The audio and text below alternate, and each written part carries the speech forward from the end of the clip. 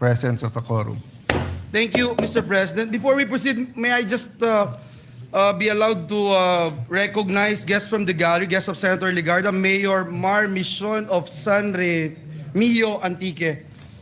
Mr. President. Mr. President, at this juncture, we would like to, first of all, put on record our sincerest thanks and gratitude for the valuable contribution of our Secretary General of the Senate. And I have seen firsthand his sacrifices and willingness to walk the extra mile just to preserve the dignity of the institution. So we just want to put that on record. At the right time, I think we should honor him with a resolution. Yes. And is he also the first to be a SecGen of both the House and the Senate? And to be fair, he actually resigned right away. I asked him to continue, and actually I'm asking him to continue in a different manner. But dear colleagues, the SecGen Mendoza did a great service to both houses. We and I'd wanted like to put on recognize. record, the name is Dong Mendoza, Yes. former congressman of the great province of Batangas. And with that, Mr. President, and following the relinquishment of the position by our former Secretary of the Senate, I move that we proceed to the election of a new Secretary of the Senate. So move, Mr. President. Yes. I consulted the minority leader, and because the SecGen will also be the clerk of court of the impeachment proceeding. So there are no objections. We will proceed. Thank you, Mr. President. Mr. President, in accordance to Rule 2, Section 2 of the Rules of the Senate, may I respectfully nominate Jose Luis Garcia Montales as the new Secretary of the Senate. So move, Mr. President. Is there any objection? Hearing none. Thank you, Mr. President. And there being no other nominations, may I respectfully move that the period of nominations be closed. So move, Mr. President. Is there any objection? Hearing none. The motion is approved. Pursuant to the rules of the Senate, there being no other candidate for the position of Senate Secretary, the voting will be viva voce. Those voting for Attorney Montales, please say aye. The ayes have it. Congratulations, Attorney Jose Luis Montales. Those who are again, say nay. Okay. Thank you very much for... The ayes have it. And Jose Luis Montales is hereby declared as proclaimed as the Secretary of the Senate, the second to have been both SecGen of the House and the Senate. Thank you, Mr. President. May I move for a minute suspension to allow our new Senate Secretary to ascend the rostrum and take his oath. So move, Mr. President. No, thank you. Thank you.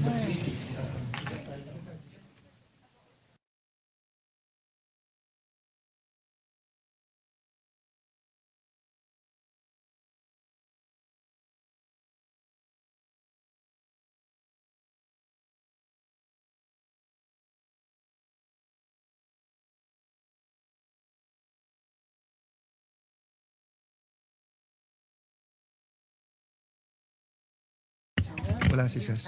Okay.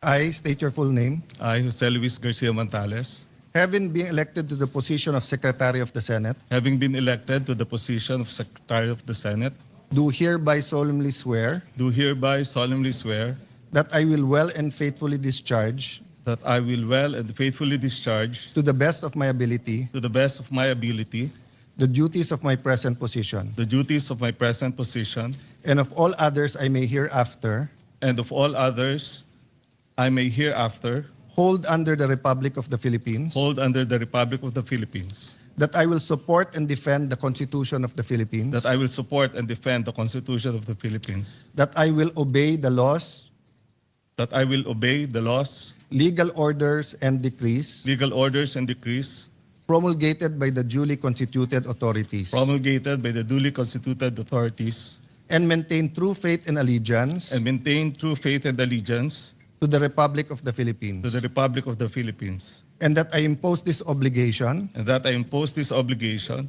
upon myself voluntarily voluntarily without mental reservation without mental reservation or purpose of evasion. or purpose of evasion. So help me God. So help me God.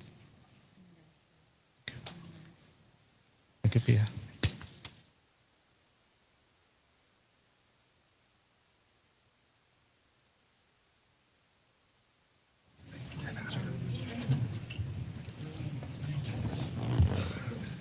Nandiyan na yung sana.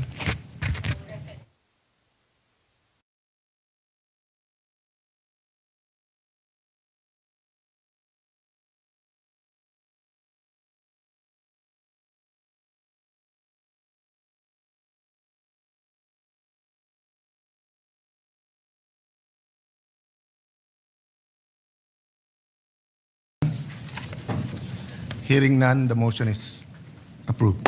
Mr. President, at this juncture, I move that we proceed with the reference of business. Is there any objection? If not, the motion is approved. Tapos yes. So messages from the House of Representatives. Messages from the House of Representatives. Letter from the House of Representatives transmitting to the Senate 27 copies of Committee Report number 261 on House Resolution number 989 titled Resolution Setting Forth the Articles of Impeachment against Vice President Sara Z. Duterte, together with the annexes thereto, and 27 USB devices containing file copies of the above. Rules. Referred to the Committee on Rules. Letter from the House of Representatives transmitting to the Senate the sealed box containing the documents from the Bureau of Internal Revenue relative to the impeachment proceedings against Vice President Sara Z. Duterte. Referred to the Committee on Rules. Letter from the House of Representatives informing the Senate that, in accordance with Section 16, Rule 6 of the Rules of Procedure in the impeachment proceedings of the House of Representatives, 20th Congress, Representatives Luis Ro, Ridon, Gutierrez, Zamora, Defensor, Diokno, De Lima, Bagao, Flores, Suwan, and Chua have been elected as prosecutors in the impeachment trial against Vice President Sara Z. Duterte. Referred to the Committee on Rules.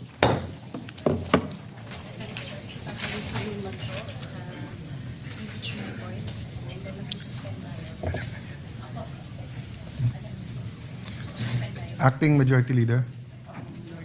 Mr. President, Yeah, Mr. the President, Minority Leader is recognized. I heard, and we saw the notice, the message from the House of Representatives, and you have referred the articles of impeachment to the Committee on Rules. May we know if we have already constituted the Committee on Rules? The Committee on Rules is in the acting capacity. So in accordance with Section 19, the same members and Senator Villanueva. Actually, for your information, Minority Leader, we were in caucus and wanted to meet also the minority to start reading the committee chairmanships, but we thought it prudent to convene the court first. And then when we remove our, after we convene the court and suspend, we can go back into session to start reading the committees. So I take it that right now the chairman of the Committee on Rules is in an acting capacity. Yes, Senator Villanueva. in And an the acting- membership at this point would only be the ex officio members. And the members before all positions were declared holdover vacant. from the previous, yes, in accordance with Section 19. Will you refresh me with Section 19, Your Honor, Mr. President? Because Yes, yes. And to be fair, because in that Senator case- Pangilinan has a interpretation question. That's why we referred this to the Committee on Rules. Okay. The chairman and the members of the permanent committee shall commence in the exercise of their duties upon election. They shall cease when their successors shall have been elected or designated. So since we have not yet elected or designated their successors, except for the majority leader, our interpretation that it continues. But Senator Pangilinan did bring up the seeming conflict that if it's all seats vacant, then it's Yes, vacant.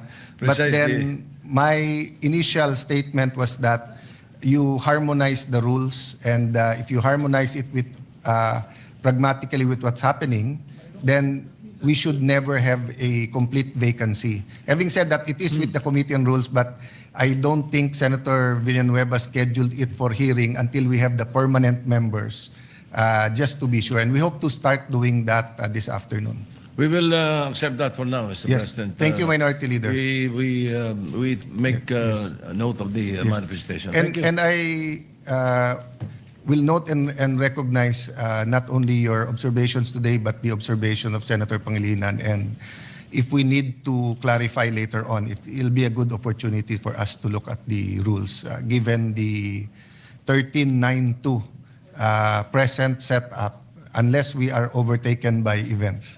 Yes. Okay. Majority Leader?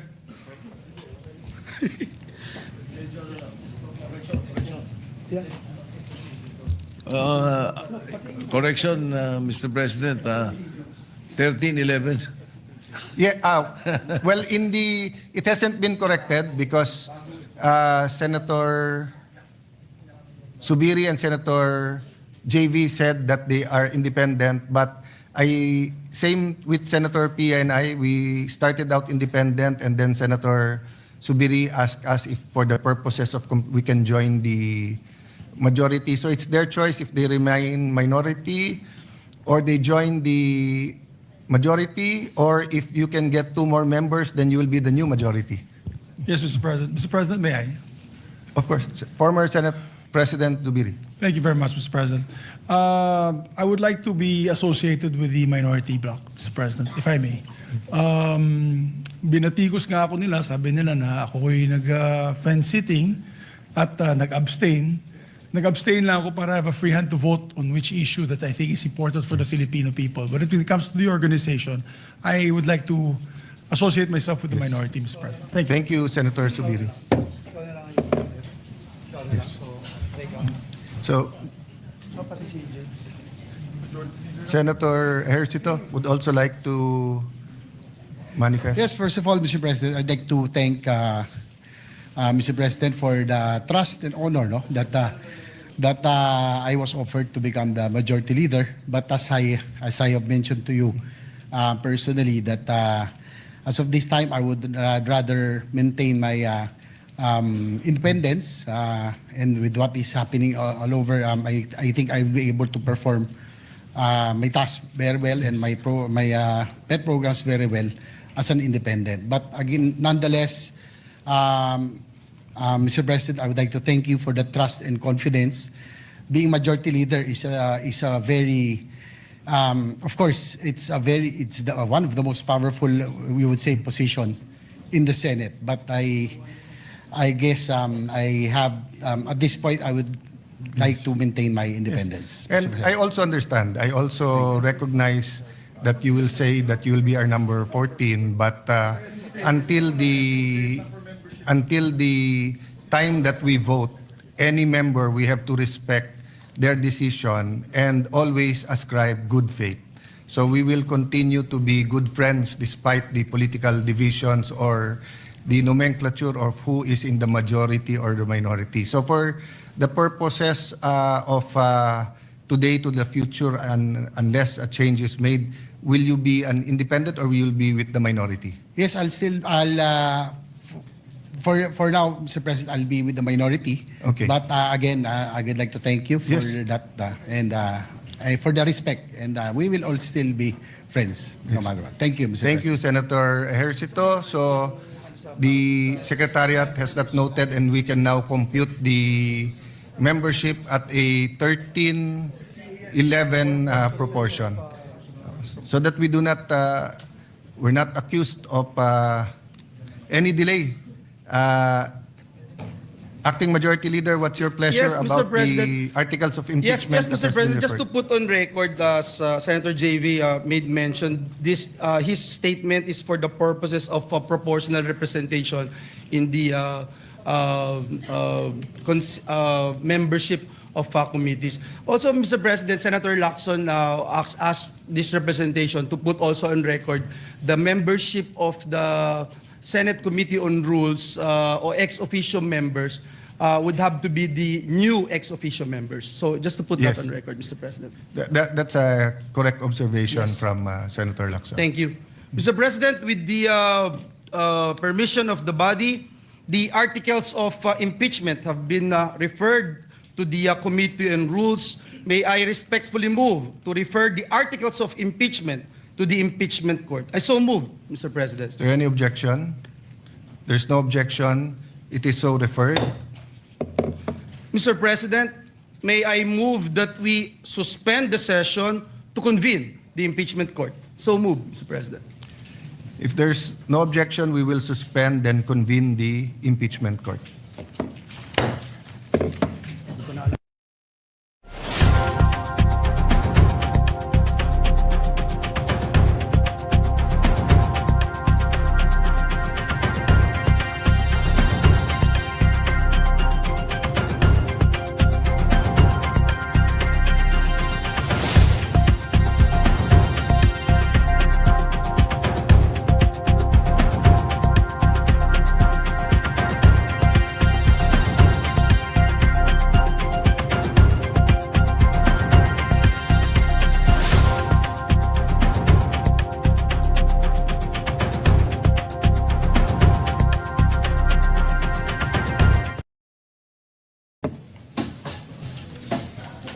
The clerk of court is directed to make the proclamation. All persons are commanded to keep silent under pain of penalty while the Senate is sitting in trial on the articles of impeachment against Vice President Sara Zimmerman Duterte. The clerk of court will please call the roll. Roll call of members. The Honorable Senator Judges. Aquino, Cayetano Pia, De La Rosa, Ejercito, Escudero, Estrada, Gatchalian, Go, Ontiveros, Lacson, Lapid, Legarda, Marcoleta, Marcos, Padilla, Pangilinan, Soto III, Tulfo Erwin, Tulfo Rafi, Villanueva, Villar Camille, Villar Mark, Zubiri, the Senate President. With 23 senator judges present, the chair declares the presence of a quorum. Senator Judge Villanueva. Yes, Mr. President, Sir Presiding Officer, may we request Senator Judge Camille Villar to ascend the rostrum to administer the oath of the Senate President.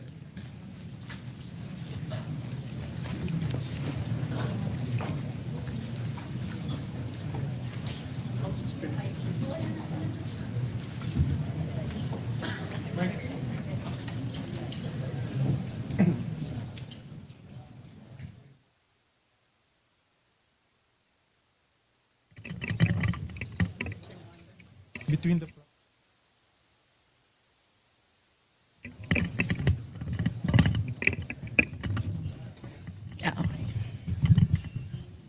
Anytime? Please raise your right hand. Impeachment trial of Vice President Sara Zimmerman Duterte. I state your name, I, Alan Peter Compañero Shram Cayetano, solemnly swear solemnly swear that in all things appertaining to the trial of the impeachment of Vice President Sara Zimmerman Duterte, that in all things appertaining to the trial of the impeachment of Vice President Sara Zimmerman Duterte, now pending, now pending, I will do impartial justice according to the Constitution. I will I will do impartial justice according to the Constitution and laws of the Philippines. and the laws of the Philippines. So help me God. So help me God.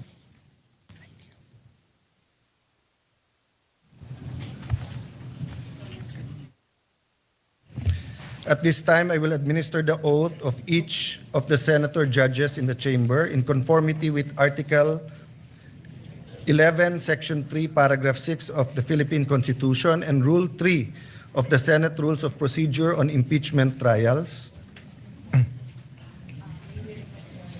May we request everyone to rise. Same oath, no? Same oath. So, same.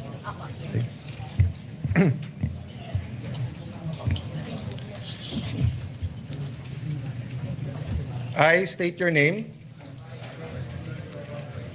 Solemnly swear that in all things pertaining to the trial of the impeachment of Vice President Sara Zimmerman Duterte,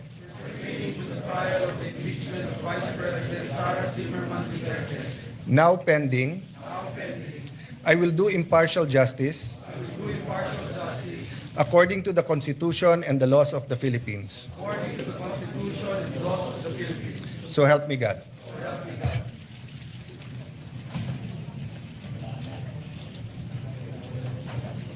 Senator Judge Villanueva. Thank you, Mr. President. Last Thursday, May 14, 2026, the House of Representatives, through Secretary General Cheloy Garafil, personally delivered to the Senate the articles of impeachment against Vice President Sara Zimmerman Duterte, pursuant to Article 11, Section 3, Paragraph 3 of the Constitution, and Rule 4, Section 11 of the Rules of Procedure in impeachment proceedings of the House of Representatives. Earlier today, the articles of impeachment were referred to the Committee on Rules and consequently to the Senate sitting as an impeachment court. Mr. President, the articles of impeachment against Vice President Sara Zimmerman Duterte with its annexes are now presented to the court for proper disposition and action. The same is duly noted and made of record.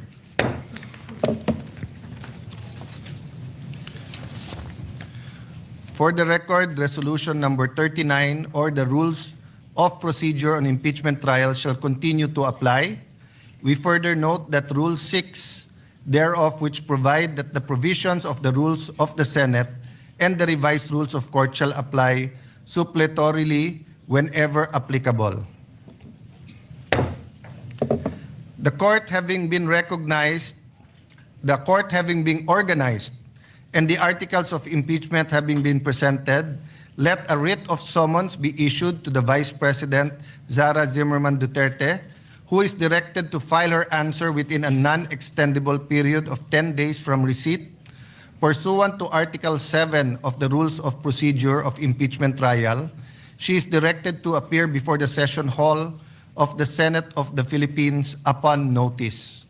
The Sergeant at Arms is directed to serve the written summons on Vice President Sara Duterte along with a copy of the articles of impeachment. The prosecution may file a reply within a non-extendable period of 5 days from receipt of the answer. The parties may file their pleadings and annexes in person or through electronic mail. All other pleadings, motions, similar papers intended for the consideration of this court may be filed electronically. We will circulate the specific instructions on the format for the pleadings and manner of electronic filing for the guidance of all parties.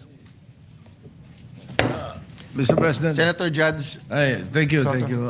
Yes. Mr. President, may we be clarified when you say 10 days, is that working days or calendar days? Calendar days. Calendar days, and including the 5 days for the prosecution to respond. Yes, Your Honor. Thank you.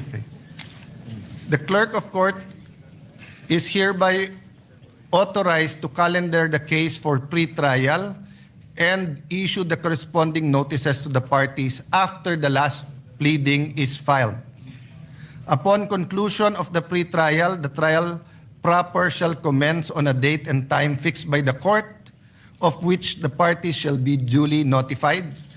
I approached members of the minority of the Senate, and then later on I will approach the senator judges that we will fix the calendar together, and in pursuit of impartial justice, we will come up with a impeachment calendar that is fair to the prosecution and to the defense, and will allow us to continue to function in the legislative side of our work. Any other matter? Is there no other matter? The session is suspended.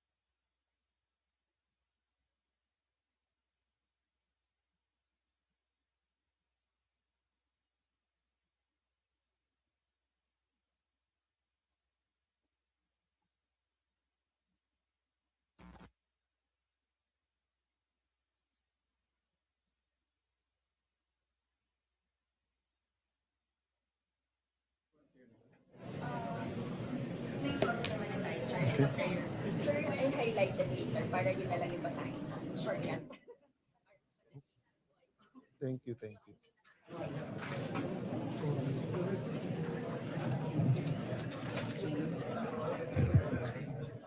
The 65th session of the Senate in the first regular session of the 20th Congress is hereby called to order. May we request former Senate President Minority Leader Senator Vicente C. Soto to lead the chamber in prayer. Heavenly Father, we come before you today with humble hearts, seeking your presence, your wisdom, and guidance. In these challenging times for our nation, we ask that you shine your light upon every heart and every decision made in the service of the Filipino people. Lord, we pray for integrity to prevail over dishonesty, for humility to overcome pride, and for truth to silence deception. May those entrusted with leadership walk in righteousness, accountability, and genuine concern for the common good. Grant us the courage to do what is right, even when it is difficult. And dear God, give us wisdom to choose what is just over what is convenient. Protect our institutions and our nation from the influence of evil, corruption, greed, division, and selfish ambition. Father God, guard every mind and heart against temptation and guide all public servants to become instruments of peace, fairness, and compassion. Dear Lord, bless our nation with leaders who fear you, honor the truth, and serve with sincerity. Let justice, integrity, and loyalty for our country and to the Constitution rise above all personal interests. May everything we do today be guided by your wisdom and covered with your grace. All this we ask in your holy name. Amen. Amen. Thank you very much, Senator Soto.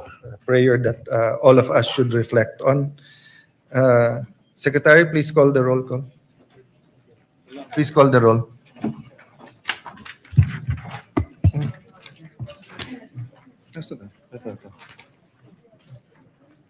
Roll call of members. The Honorable Senator Aquino, Senator Cayetano Pia, Senator De La Rosa, Senator Ejercito, Senator Escudero, Senator Estrada, Senator Gatchalian, Senator Go, Senator Ontiveros, Senator Lacson, Senator Lapid, Senator Ligarda, Senator Marcoleta, Senator Marcos,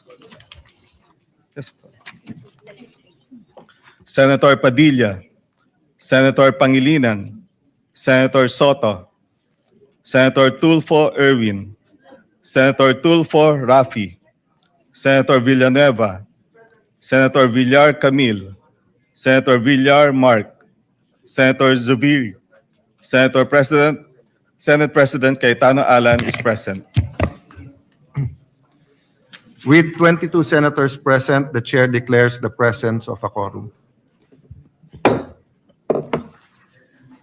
Mr. Majority President. Leader. Thank you. Mr. President, before we proceed, may I just be allowed to respectfully acknowledge some guests from the gallery. We have guests of our Senate President, Alan Peter Cayetano, Mayor Sammy Co of Pagadian City, who's here with us, guest of Senator Mig Zubiri, may kababayan, the pride of Bulacan, Mr. Juanito Torres, a well-known artist from the great town of Pulilan, Bulacan. He's also with us.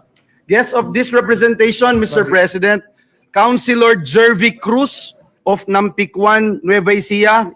He was the UAAP men's basketball most valuable player, Mr. President.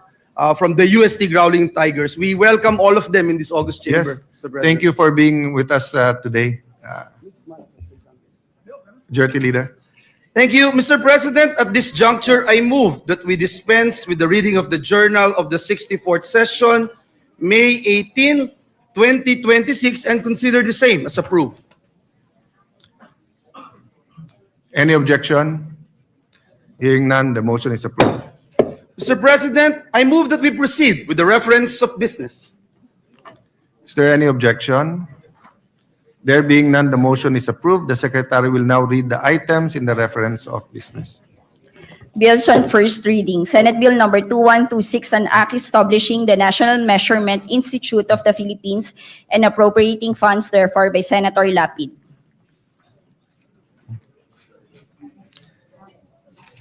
Referred to the Committee on Science and Technology, Civil Service, Government Reorganization, and Professional Regulation, Ways and Means, and Finance.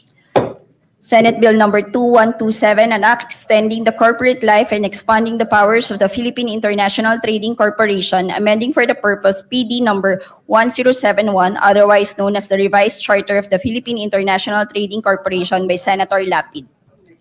Refers to the Committee on Government Corporation and Public Enterprise, Trade, Commerce, Entrepreneurship, and Finance. Resolutions. PSR 386, resolution congratulating and commending Albert Ian de los Santos for his historic gold medal performance and record-breaking feat in the men's 71 kilogram category at the 2026 IWF Junior World Championship in Ismailia, Egypt by Senator Lapid. Referred to the Committee on Rules. 387, resolution congratulating and commending Filipina Tech leader Kat Borlongan for being honored as a Knight Chevalier of the National Order of Merit, Order National du Mérite by the Republic of France by Senator Borlongan for being honored as a Knight Chevalier of the National Order of Merit, Order National du Mérite by the Republic of France by Senator Lapid. Referred to the Committee on Rules. 388, resolution urging the Department of Health to strengthen food safety, sanitation, and public health measures following the discovery of drug-resistant bacteria in street-sold palamig beverages in Tondo, Manila by Senator Lapid. Referred to the Committee on Health and Demography. 389, resolution congratulating and commending Team Pilipinas and Siniende of St. Pedro Poveda College for winning the gold medal in the Open Hip Hop Division of the 2026 International All-Star Federation Dance Worlds Championship held in Orlando, Florida by Senator Lapid. Referred to the Committee on Rules. 390, resolution urging the Land Transportation Office to conduct a comprehensive study on the implementation of programs promoting the use of reflective and high visibility gears during nighttime to enhance road safety and prevent accidents nationwide by Senator Lapid. Referred to the Committee on Public Services. 391, resolution congratulating and commending Regine Velasquez Alcacid for being named as the first ever Woman of the Year by Billboard Philippines by Senator Lapid. Referred to the Committee on Rules. Committee reports. Committee report number 63 submitted by the Committee on Local Government on House Bill number 7554 introduced by Representatives Fresnedi and Miraflores, an act declaring December 19 of every year as a special non-working holiday in the city of Muntinlupa to be known as Muntinlupa Foundation Day, amending for the purpose RA number 9191, otherwise known as an act declaring the first day of March of every year as a special non-working holiday in the city of Muntinlupa to be known as the Muntinlupa City Charter Day, recommending its approval without amendment. Sponsor Senator Estrada. To the calendar for ordinary business. Committee report number 64 submitted by the Committee on Local Government on House Bill number 7555 introduced by Representatives Tolentino and Miraflores, an act declaring September 6 of every year as a special non-working holiday in the municipality of Mendez Nunez, province of Cavite, to commemorate its founding anniversary, recommending its approval without amendment. Sponsor Senator Estrada. To the calendar for ordinary business. Committee Report Number 65, submitted by the Committee on Local Government on House Bill Number 142, introduced by Representatives Olivares and Miraflores, an act declaring February 13 of every year a special non-working holiday in the city of Parañaque, Metro Manila, amending for the purpose RA Number 11460, recommending its approval without amendment, sponsor Senator Estrada. To the calendar for ordinary business. Committee Report Number 66, submitted by the Committee on Local Government on House Bill Number 761, introduced by Representatives Matugas and Miraflores, an act declaring January 16 of every year a special non-working holiday in the municipality of Dapa, province of Surigao del Norte, in celebration of the feast of its patron saint, the Holy Santo Niño, recommending its approval without amendment, sponsor Senator Estrada. To the calendar for ordinary business. Committee Report Number 67, submitted by the Committee on Local Government on House Bill Number 762, introduced by Representatives Chan and Miraflores, an act declaring June 17 of every year a special non-working holiday in the city of Lapu-Lapu, province of Cebu, in commemoration of its charter anniversary, recommending its approval without amendment, sponsor Senator Estrada. To the calendar for ordinary business. Committee Report Number 68, submitted by the Committee on Local Government on House Bill 1510, introduced by Representatives Yap E. et al., an act declaring July 15 of every year a special non-working holiday in the whole Cordillera Administrative Region in commemoration of its founding anniversary, to be known as Cordillera Day, recommending its approval without amendment, sponsor Senator Estrada. To the calendar for ordinary business. Committee Report Number 69, submitted by the Committee on Local Government on House Bill Number 1538, introduced by Representatives Bolilla and Miraflores, an act declaring June 9 of every year as a special non-working holiday in the municipality of Rosario, province of Batangas, in celebration of its founding anniversary, recommending its approval without amendment, sponsor Senator Estrada. To the calendar for ordinary business. Committee Report Number 70, submitted by the Committee on Local Government on House Bill Number 1539, introduced by Representatives Bolilla and Miraflores, an act declaring November 11 of every year as a special non-working holiday in the municipality of Taysan, province of Batangas, in celebration of its founding anniversary, recommending its approval without amendment, sponsor Senator Estrada. To the calendar for ordinary business. Second. Suspend lang 1 minute. Session suspended.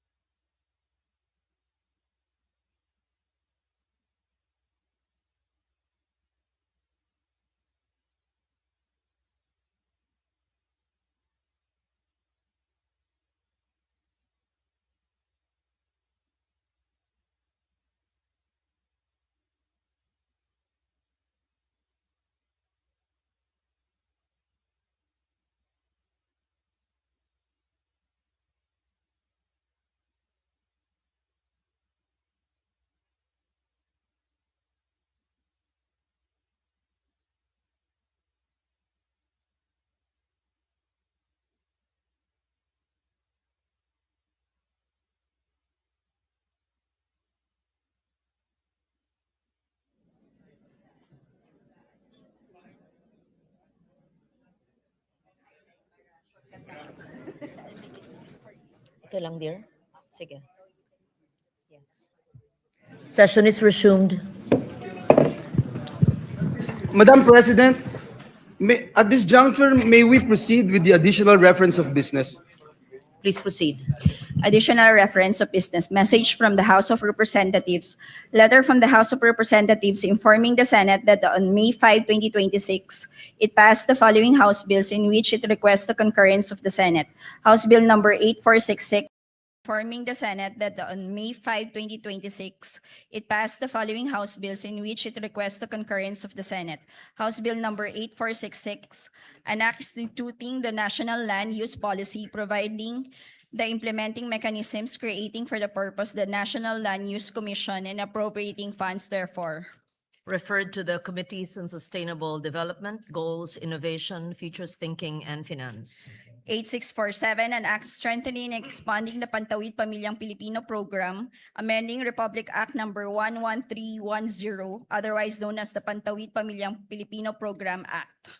Referred to the Committees on Social Justice, Welfare, and Rural Development, and Finance. 7704, an act expanding the prohibited acts of discrimination against women on account of sex, amending for the purpose PD number 442, otherwise known as the Labor Code of the Philippines as amended. Referred to the Committees on Labor, Employment, Human Resources, Development, Women, Children, Family Relations, and Gender Equality. 8461, an act granting the Katigbak Enterprise, San Pablo City Incorporated, a franchise to construct, install, establish, operate, and maintain radio and television stations in the Philippines. Referred to the Committee on Public Services. 755, an act establishing a district office of the Land Transportation Office in the city of Sagay, Negros Occidental. 2623, converting the extension office of the Land Transportation Office in Zamboanga City, Special Economic Zone, and Freeport into a district office and appropriating funds therefore. 3279, establishing a regular district office of the Land Transportation Office in the municipality of Biga, province of Catanduanes, and appropriating funds therefore. 4477, establishing the LTO office in the municipality of Taytay, province of Palawan, and appropriating funds therefore. 8609, upgrading the LTO district office in the city of Batac, province of Ilocos Norte, from Class D to Class C, and appropriating funds therefore. 8610, expanding the registration and issuance of licenses in the Pasig District Office of the LTO and appropriating funds therefore. 8611, upgrading the district office of the land of the LTO in the municipality of Naval, province of Biliran, from Class D to Class B, and appropriating funds therefore. Referred to the Committees on Public Services and Finance. 1866, establishing the Camarines Norte First District Engineering Office of DPWH in the municipality of Labo, province of Camarines Norte, renaming the existing district engineering office in the municipality of Daet as the Camarines Norte Second District Engineering Office and appropriating funds therefore. 2206, creating a district engineering office in the 6th Legislative District of the province of Batangas and appropriating funds therefore. 3535, creating a district engineering office in the 6th Legislative District of the province of Isabela and appropriating funds therefore. Referred to the Committees on Public Works and Finance. 8497, naming the entire stretch of the Santander Barili Toledo National Road traversing barangays San Sebastian, Colase, Dalahican, Tangbo, Bonbon, Poblacion, and Suba in the municipality of Samboan through barangays Mantalongon, Tubod, Dakit, Kalubihan, Patupat, Azucena, Santa Ana, Poblacion, and Maghanoy, Kingbuangan, Sayao, Minolos, and Giwanon in the municipality of Barili, province of Cebu as the Pablo P. Garcia Highway. 8498, naming the diversion road commencing at the Ormoc Baybay Southern Leyte Boundary Road in Barangay Bantigue and traversing Barangay Sumanga, Patag, Donghol, Biliboy, and San Pablo up to the diversion junction at the Palo Carigara Ormoc Road in the city of Ormoc, province of Leyte as the Mayor Vicente G. Torres Sr. Avenue. 8499, naming the road from Barangay West Junction of Hermosilla Drive through Barangay North Rizal Extension Road up to Barangay Donghol, Donghol Lake, Imelda Road, which is also referred to by the Department of Public Works and Highways as the Ormoc Lake Imelda National Tertiary Road in the city of Ormoc, province of Leyte as the Judge Benjamin Pongo Sr. Avenue. Referred to the Committee on Public Works. 8496, renaming the Tawi-Tawi Regional Agricultural College as the Tawi-Tawi State College, expanding its curricular offerings and strengthening its governing board. Referred to the Committee on Higher Technical and Vocational Education. 8577, converting the Balikcuatro College of Arts and Trades in the Municipality of Allen, Province of Northern Samar into a polytechnic institution to be known as the Northern Samar Polytechnic Institute and appropriating funds therefore. 8578, establishing a polytechnic institution in the Municipality of Mutyong, Province of Samar to be known as the Mutyong Polytechnic Institute and appropriating funds therefore. 8579, converting the Cagayan de Oro School of Arts and Trades in the City of Cagayan de Oro into a polytechnic institution to be known as the Cagayan de Oro Polytechnic Institute and appropriating funds therefore. 8580, converting the Northern Mindanao School of Fisheries in the Municipality of Buenavista, Province of Agusan del Norte into a polytechnic institution to be known as the Northern Mindanao Polytech Institute and appropriating funds therefore. 8581, an act establishing a polytechnic institution in the Municipality of Pulangi, Province of Albay to be known as the Pulangi Polytechnic Institute and appropriating funds therefore. 8582, converting the Dipolog School of Fisheries in the City of Dipolog, Province of Zamboanga del Norte into a polytechnic institution to be known as the Zamboanga del Norte Polytechnic Institute of Fisheries and appropriating funds therefore. 8583, converting the Agusan del Sur School of Arts and Trades in the Municipality of Prosperidad, Province of Agusan del Sur into a polytechnic institution to be known as the Agusan del Sur Polytechnic Institute and appropriating funds therefore. 8584, converting the Sorsogon National Agricultural School in the Municipality of Castilla, Province of Sorsogon into a polytechnic institution to be known as the Sorsogon Polytechnic Institute and appropriating funds therefore. 8612, establishing a polytechnic institution in the Municipality of Santa Maria, Province of Bulacan to be known as the Santa Maria Polytechnic Institute and appropriating funds therefore. Referred to the Committees on Higher Technical and Vocational Education and Finance. 8626, establishing a College of Medicine in the Eastern Samar State University in the City of Borongan, Province of Eastern Samar and appropriating funds therefore. 8627, converting the South Cotabato State College in the Municipality of Sorala, Province of South Cotabato into a state university to be known as the South Cotabato State Universities and appropriating funds therefore. Referred to the Committees on Higher Technical and Vocational Education, Ways and Means, and Finance. 839, an act declaring Can Umantad Falls located in Barangay Kadapdapan, Municipality of Kandihay, Province of Bohol, an ecotourism site. 842, declaring Kankoka Hills located in Barangay Cambane, Municipality of Kandihay, Province of Bohol, an ecotourism destination. 901, declaring Mabanog Falls located in Barangay Darapuay, Municipality of Bansalan, Province of Davao del Sur, an ecotourism site. And 1005, declaring the Congressman Edelmiro A. Amante Sr. Mapaso Resort and Adventure Nature Park located in the Municipality of Santiago, Province of Agusan del Sur, an ecotourism zone. Referred to the Committees on Tourism, Environment, Natural Resources, and Climate Change and Finance. 1663, establishing the Battle of the Sibuyan Sea Memorial Shrine in the Municipality of Kahidjokan, Province of Romblon, and declaring it a tourism destination. Referred to the Committees on Tourism and Finance. 1664, declaring the Binukot Beach area located in Barangay Bunsuran, Municipality of Ferrol, Province of Romblon, an ecotourism destination. Referred to the Committees on Tourism, Environment and Natural Resources, and Climate Change and Finance. 1665, declaring the Kolong Beach located in the Municipality of Corcuera, Province of Romblon, a tourism destination. And 1666, declaring the Municipality of San Jose, popularly known as Isla de Carabao, Province of Romblon, a tourism destination. Referred to the Committees on Tourism and Finance. 1667, declaring the Looc Bay area located in the Municipality of Looc, Province of Romblon, an ecotourism destination. Referred to the Committees on Tourism, Environment, Natural Resources, and Climate Change and Finance. 1668, declaring the Payayasog Beach located in Barangay Mangsagag, Municipality of Corcuera, Province of Romblon, a tourism destination.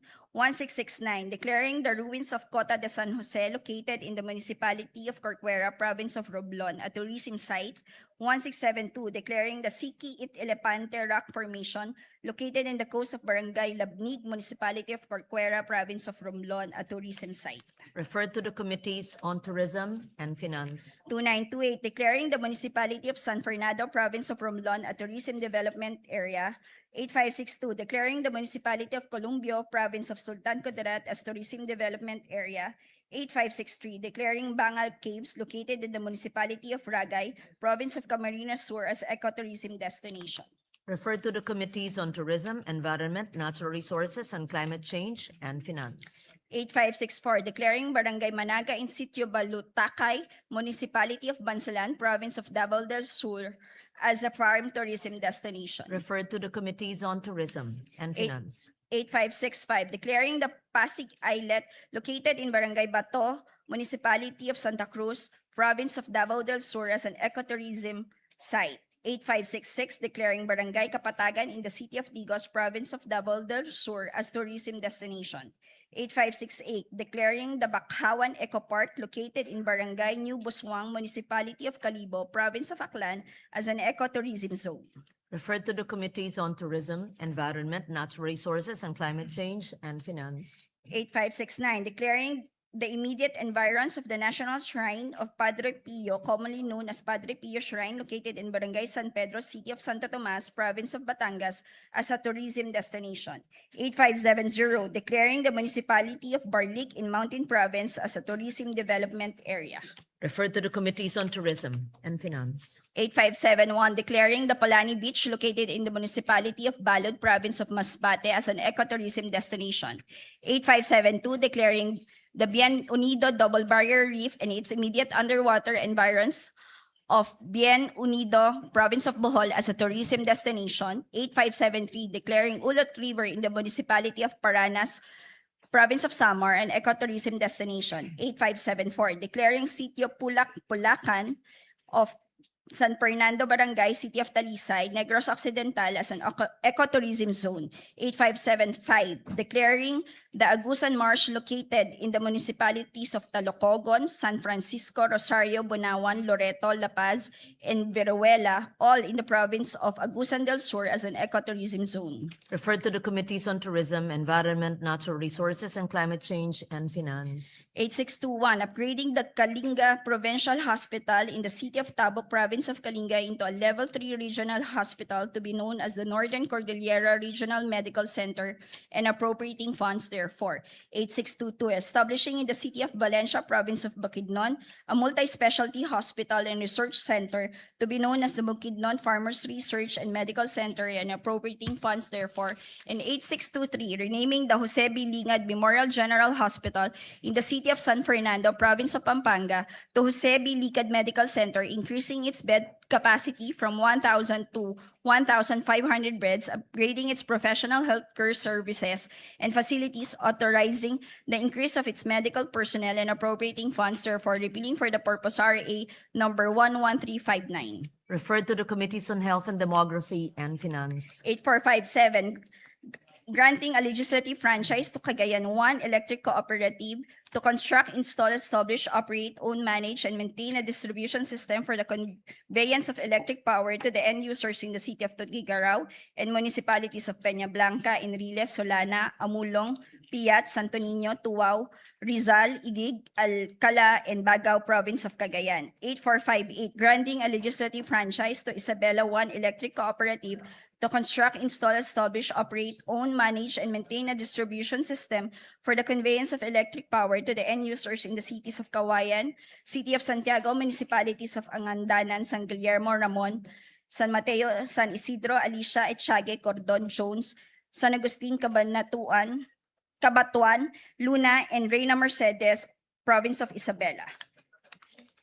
8459, granting a legislative franchise to First Candaduanes Electric Cooperative to construct, install, establish, operate, own, manage, and maintain a distribution system for the conveyance of electric power to the end users in the municipalities of Bagamanok, Baras, Bato, Karamoran, Kigmoto, Pandan, Panganiban, San Andres, San Miguel, Viga, and Verac, Catanduanes. And 8460, an act granting a legislative franchise to Occidental Mindoro Electric Cooperative to construct, install, establish, operate, own, manage, and maintain a distribution system for the conveyance of electric power to the end users of Magsaysay, San Jose, Rizal, Calintaan, Sablayan, Santa Cruz, Mamburao, Abra de Ilog, Paluan, Province of Occidental Mindoro. Referred to the Committee on Public Services. Madam President, if I may. Majority Leader. Thank you. Madam President, before we proceed, may I just be allowed to recognize some guests from the gallery, guests of Senator Ligarda, Regional Director John Montero of BJMP Region 6, and Mr. Sergio Dava Jr. of the Provincial Government of Antique. Also, guest of this representation is Kasim Mirza from the University of Santo Tomas. We welcome all of them in this August chamber. We welcome you to the Senate. Madam President, having closed the period of interpellation, may I be allowed to respectfully move that we resume consideration of Senate Bill number 1511 under Committee Report number 15. This is the bill strengthening the protection of parents against hospital detention. I so move, Madam President.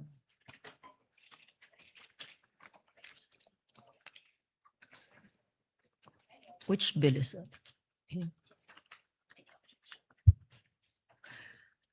Any objection? Hearing none, the motion is approved and consideration of the said measure is now in order. Please proceed. Thank you, Madam President. At this juncture, I move to open the period of individual amendments, and with the consent of the body, may we recognize, Madam President, Senator Risa Ontiveros, and to propose, not proposing na.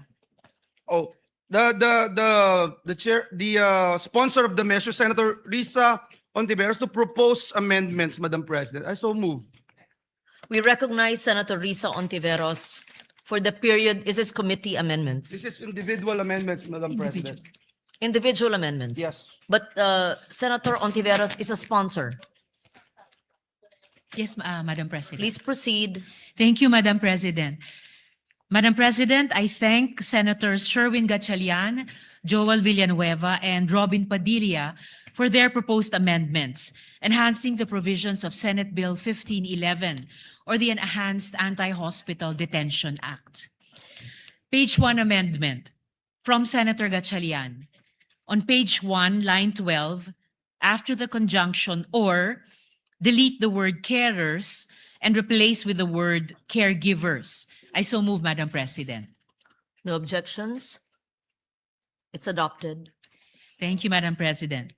Page 2 amendment. I Yes, see Madam Senator Pia The lady Cayetano. from Taguig and Patera, Senator Pia Cayetano, seeking the floor. May I move that she be recognized, Madam We President? recognize Senator Pia Cayetano. Thank you, Mr. President, Madam President. Her Honor will recall that this representation waived our right to interpellate on the condition that we would be allowed to ask clarificatory questions during the period of the amendments. Does Her Honor recall? Yes, Madam President. Yeah. So what I'll do, Mr. President, is I'll just make a prefatory statement now because my amendment is actually in this line now, in line 13. So if with the permission of the sponsor, may I proceed? Yes, Madam President, by all means. Just to be clear about it, the amendment was accepted. Yes, And- I'm on the next. I'm on to And the we are next. on to the next, and we recognize Senator Pia. Thank you, Mr. President. So I'd like to put on record that this bill that Her Honor is sponsoring is an amendment to the bill that I sponsored and that became law over a decade ago. I don't even remember the year. Do we remember the year? I just want to put it on record kung gaano katagal na yon and how we appreciate that Her Honor is chairman of the Committee on Health at the time that she was handling this.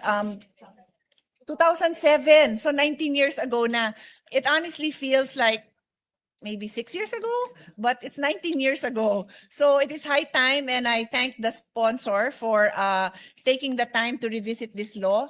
Even after we passed it, we received many reports on how the situation of yung detention of patients has improved, but then we would still continue to have to intervene many times because this situation still kept coming up. So this representation is thankful that we have the opportunity to strengthen this law even further. And so, as I mentioned, I requested for the opportunity to ask clarificatory questions, and in the interest of time and ease of to make it easier to make for everyone to engage to contribute to the amendments, I will also make my observations and clarificatory questions, which is necessary for the amendments I'm going to make in a timely manner. So on that note, Madam President, my amendment is still on page 1, and that is why I stood up now. It is on line 13. So I will read the provision for everyone's understanding. And of course, if we have, we don't really need it naman. It's not a complicated line, but I just want to explain the nature of my amendment. So the existing provision with the amendment of Senator Gatchalian reads, it shall also be unlawful to detain the relatives, representatives, or caregivers of such patients, as well as the newborn child in the case of maternity patients. So that is where my question is. On line 13, there is reference to the newborn child. What I'd like to point out, Madam President, is that does Her Honor think there is a need to indicate and to insert the proper descriptive lines whether the newborn child is fully or partially recovered or may have died? Because this is a phrase that is found in the previous paragraph with reference to a patient, and I read, this is the existing provision. The detention of patients who have fully or partially recovered or have been adequately attended to or may have died. So may clarification na gano'n, na yung status ng patient, whether nag-recover siya partially or fully or namatay, covered siya. So I'm also asking now, should we make that same clarification for the newborn? Kasi po, yung nakita kong mga cases, ilalaban pa talaga ng ospital, patay na. Hindi naman sinabi sa batas yun na patay na. Buhay pa.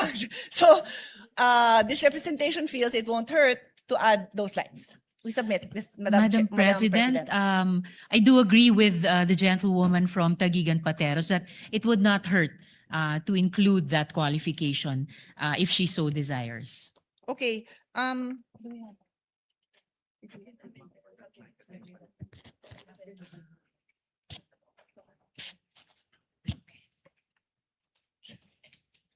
Then we will make the amendment, Madam President.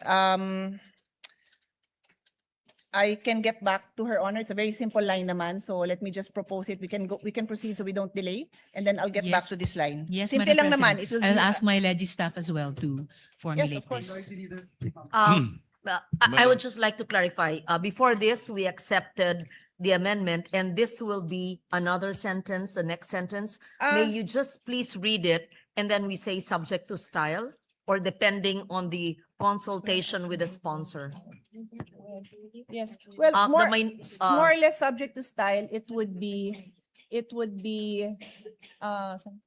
newborn child who has fully or partially recovered or who has been adequately attended to or who may have died. Similar to the above provision. We submit, Madam President, subject to style.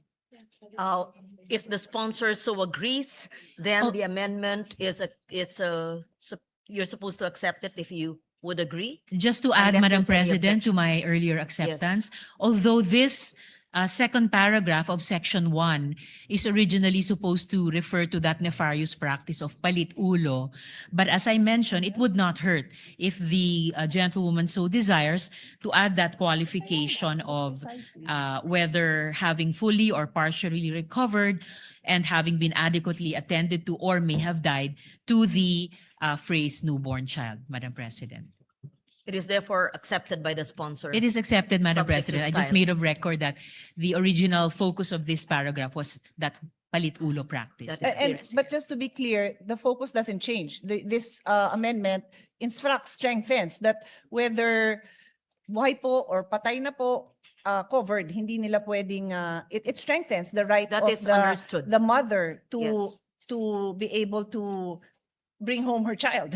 Yes, Madam Yes. President. And we recognize the minority leader, Senator Soto. I will concur with the subject to style, but just as a reminder, editorial amendment, I don't think there is a use for the Article 2 between us and D. Yeah, that's what. Yes, yes, we noted that, Madam President. I would have included that. My staff was already pointing it out to me, but since I said subject to style, di ko na po sinama. But thank you, Mr. Minority Floor Leader, dahil yun din po ang nakita natin. Thank you for that. We thank the minority leader for that. We proceed. Madam Sponsor. Yeah, yes, Madam President. Thank you. On moving now to page 2 amendments. First from Senator Gatchalian. On page 2, line 12. Madam President, Yes, I have Madam an President. interior amendment. Mine, Madam President, is on line 6. And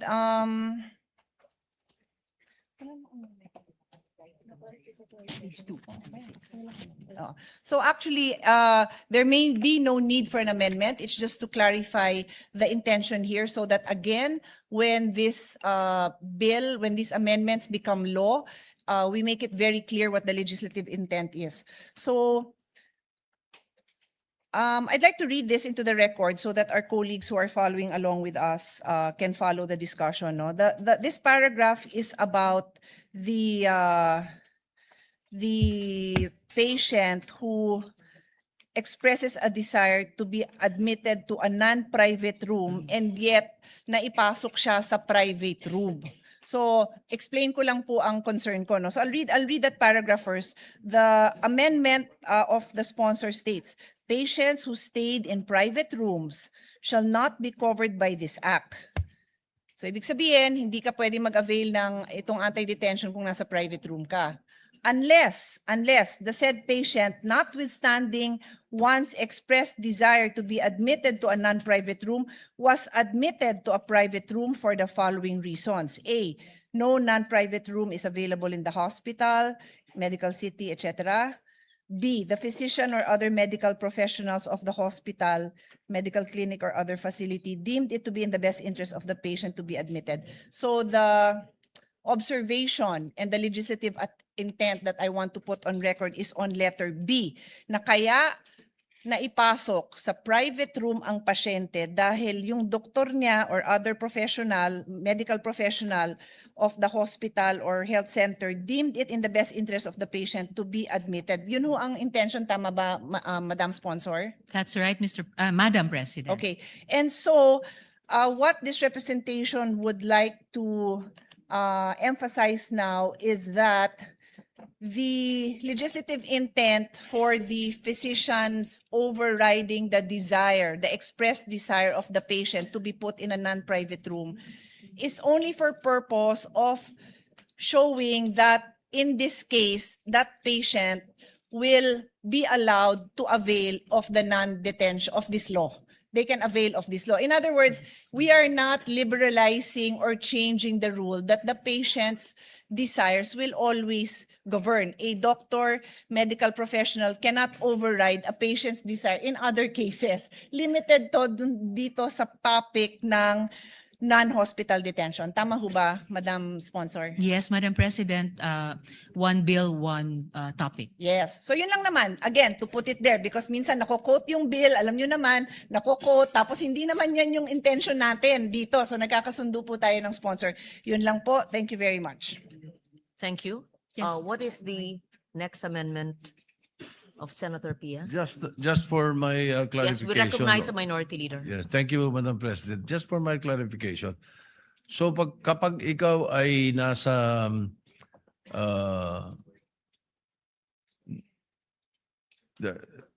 in a private room, You know, you're in a private room. The law does not apply to you.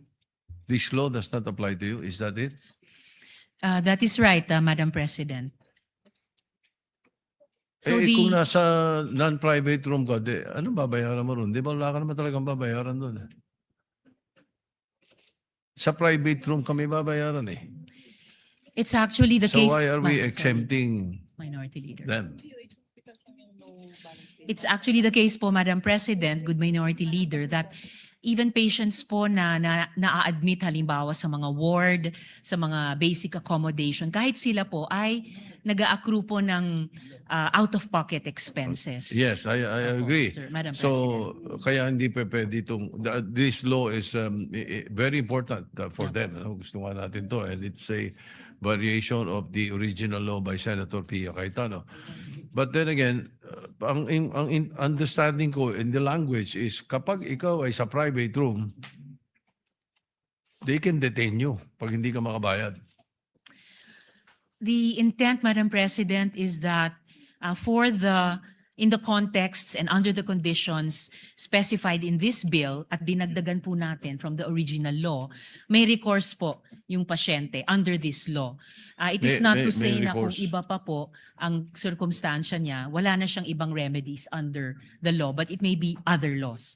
Ito po specific to those. What kung saan ito recourse yung kaya condition. would that be? For example, we have a patient in a private room,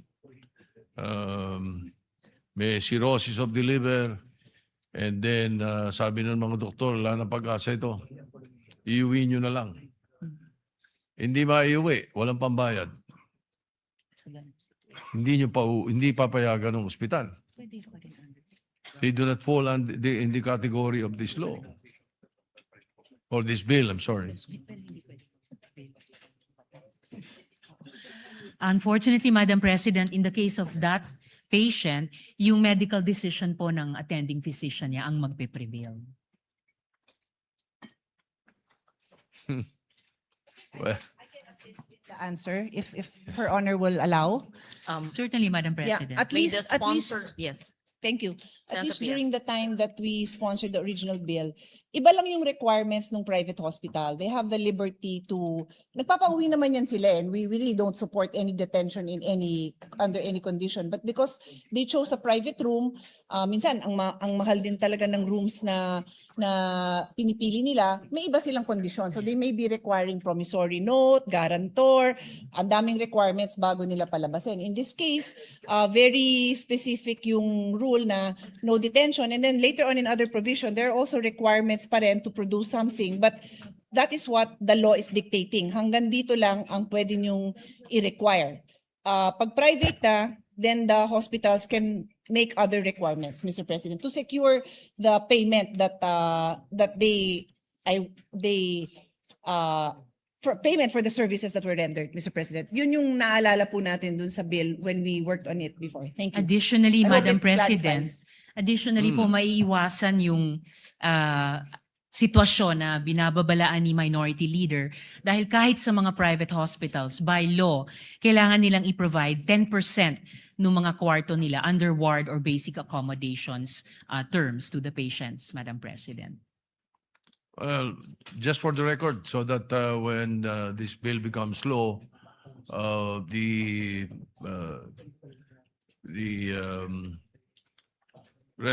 not resolution, but the explanation of the sponsors, I'll place on record. So just in case it is questioned on this particular issue. And the I point just of the wanted to Minority place that Leader on is the record. protection on the part of those availing Yes, of so the, those who cannot pay. who Anyway, cannot pay, but in a yes. private room. We just Yes. wanted to place it on record. Thank you. Thank you. Thank you, Senator Minority Soto. Leader, Madam President. Senator To- Cayetano is finished with her We're on page amendments. 2 Yeah, amendments, I were Madam just President. following the sequence, so I have Okay. more when Her Honor Yes. gets to the page and number that I'm at. Thank you. Thank you. We recognize Senator Erwin Tulfo. If the lady sponsor would allow it, Madam President, I just Yes, Madam want- President. Gusto ko lamang po kasing linawin, nabanggit po kasi kanina na may mga pasyente pong sila po kasi ang namimili na ilagay sila sa pribadong kwarto.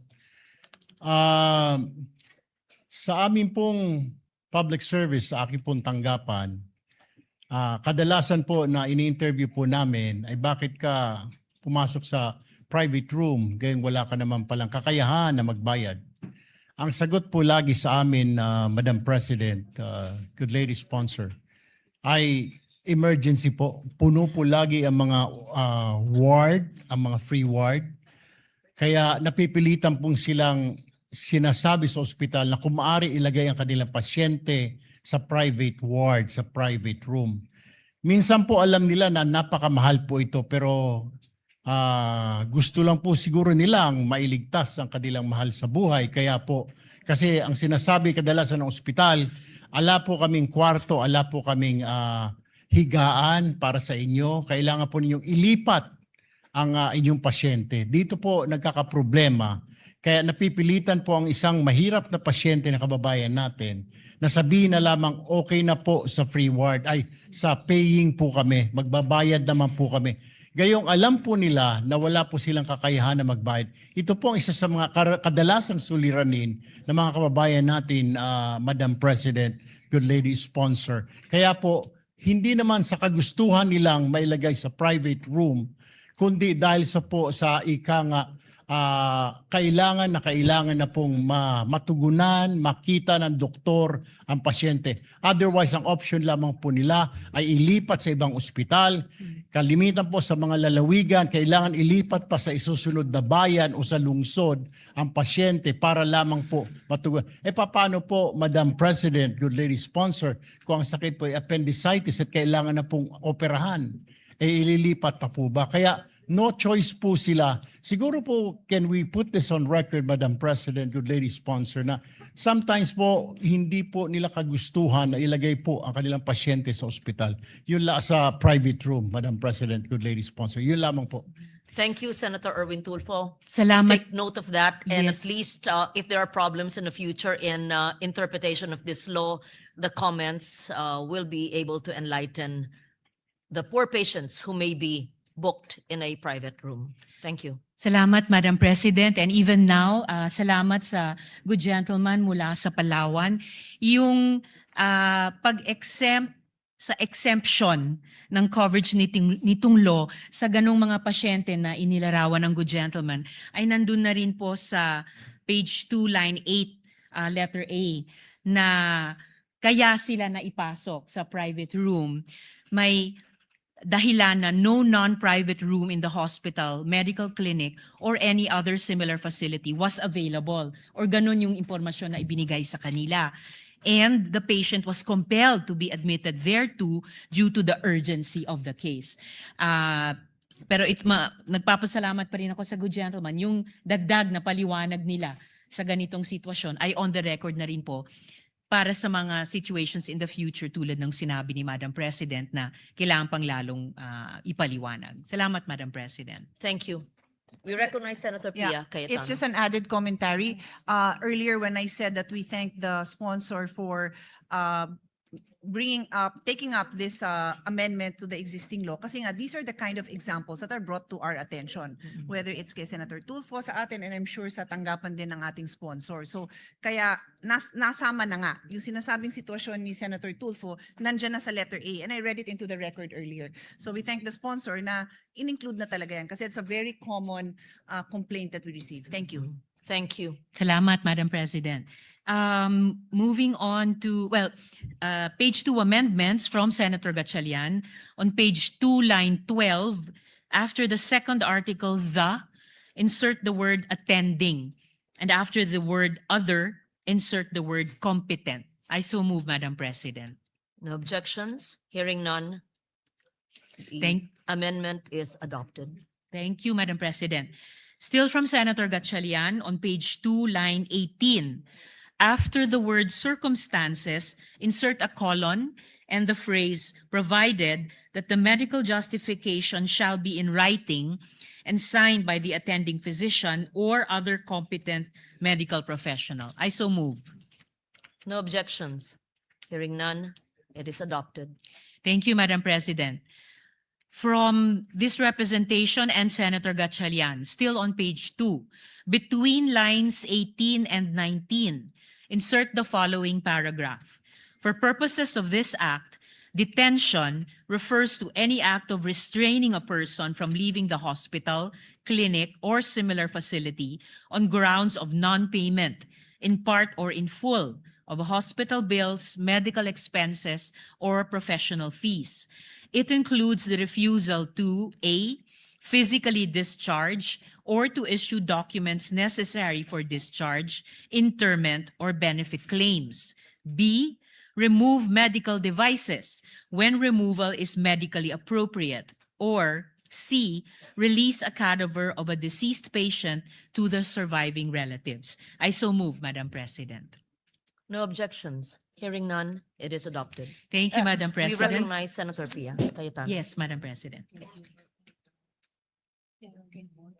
I actually defer to the wishes of the sponsor. Just like to point out that in the definition of detention, and I don't have a copy, so this is just from what I heard, Her Honor made reference to the detention of the patient. But when we defined earlier, in the earlier provisions, we referred to the caregiver and the newborn. So does Her Honor think it might be better that we also mention them, the patient, the caregiver, and the newborn, for consistency, Madam President? I would be accepting of that, Madam President. And is there an amendment? Subject to style, Madam President. The addition of those Yeah, terms. the amendment would be after the word patients, the caregivers or the newborn. We submit. May we hear the whole sentence from the sponsor? As I understand it from the... Sorry, Yes, sorry. Madam President. The complete reference in the earlier paragraphs also make note of relatives and representatives in addition to caregivers. So I can write down the complete line if Her Honor wishes, or we can just add it. The intention is Yes, Madam not to President. limit it. The To intention the- is not to limit it to patient, the but to patient. include everyone else that was Yes. mentioned earlier, that if they cannot detain those persons. The caregiver and The newborn relatives baby. and or representatives. Yes. That is the intention. So we'll include that same enumeration in this provision. I don't have a copy, I'm sorry, so I can't make reference to which line because I don't have a copy of the amendment. Yes. Again, Madam President, I accept subject to style. Thank you, Senator Cayetano. Thank you, Madam Sponsor. Thank you, Madam President. And just for the record, Madam President, the proposed amendments clarify and strengthen the definition of detention by expanding coverage beyond physical restraint to include indirect or administrative acts that prevent or delay lawful discharge or release. The revisions also broaden the scope of covered facilities expressly, and here this speaks to the concern of the gentle lady from Taguig and Pateros, expressly include caregivers and deceased patients, and clarify prohibited acts such as withholding discharge documents, delaying cadaver release, or refusing medically authorized device removal. These changes close interpretative loopholes, align the definition with actual detention practices, such as palit-ulo, and strengthen patient protection consistent with the intention of RA 9439. Moving on, Madam President, from... Sorry. Yes, Madam Yeah. President. Again, this issue is so close to my heart, so I'm just randomly thinking of other situations. Did Her Honor, or for that matter, any of our colleagues, come across situations where yung gamit nung pasyente hindi nire-release? Kasi tinatanong ko yung staff ko ngayon, parang meron ding ganon. So baka we should consider that even the belongings, because it could, imagine now that people bring their laptop, yung mga long staying doon, baka may dala pang, di naman refrigerator, pero baka may dalang, pwede may nagpapasok ng refrigerator now that I remember. So would Her Honor consider that, na they cannot also hold Personal belongings. the belongings, yeah. Certainly, Madam President, lalo na kung personal belongings naman talaga yun ng pasyente or pamilya or carer niya, dinala nila for the confinement, certainly they should not be, kumbaga, withheld from them kapag uuwi na, Madam President. So actually, sabi nga po ng staff ko, medyo maraming report na kinukuha yung cellphone. So I will draft an amendment and then balikan na lang po natin. I will submit the language in a while. Yes, thank you for that. We take note of that. Thank gentleman. you. Thank you, Madam President. Oo. Yes, Madam We President. recognize Senator Erwin Tulfo, Majority Leader.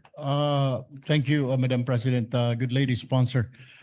Nais ko lamang pong idagdag sana kung wala pa po dito, ay nabanggit po kasi ng ni Senadora Pia na yung mga laptop at cellphone. May mga nangyari na rin po na kukunin na lamang po ng tatay o ng asawa yung pasyente sa ospital at wala pong pambayad, pinapaiwan po yung kanyang hanap buhay. Tricycle o jeepney, minsan po ay wala pong mga cellphone. Ang pinapaiwan po ay tinatanong, may traktor ka ba? Hand traktor. No choice po kundi gagawin po ng pasyente, ng asawa o ng tatay, iiwan po ang kanyang pangkabuhayan. Jeepney, tricycle driver, tricycle, traktor, hand tractor, Madam President, good lady sponsor. So, just in case kung wala pa po, baka pwede isama na ho natin. Wag naman na hanap buhay po yun eh. May lalabas niya nga po yung kanyang anak, asawa, subalit yung kanyang pangkabuhayan naman po ay mawawala. Thank you, Madam President. What is the amendment of Senator Tulfo then? Gusto ko po sanang maisama po ito How kung do we phrase it? kung isama na rin po Yes. doon sa amendment Livelihood? po. Opo, na kay Senadora Pia, yung livelihood, wag naman pong alisin yung livelihood, Madam President. And so we would include personal belongings and livelihood? Is that what the sponsor would agree to? Again, Madam President, probably subject to style, but I fully recognize the not just concern but real situations na inilalarawan ng good gentleman mula sa Palawan. Kaugnay nung dati ring mga or kasalukuyang practices na pinapipirma ng promissory note at kailangan may collateral.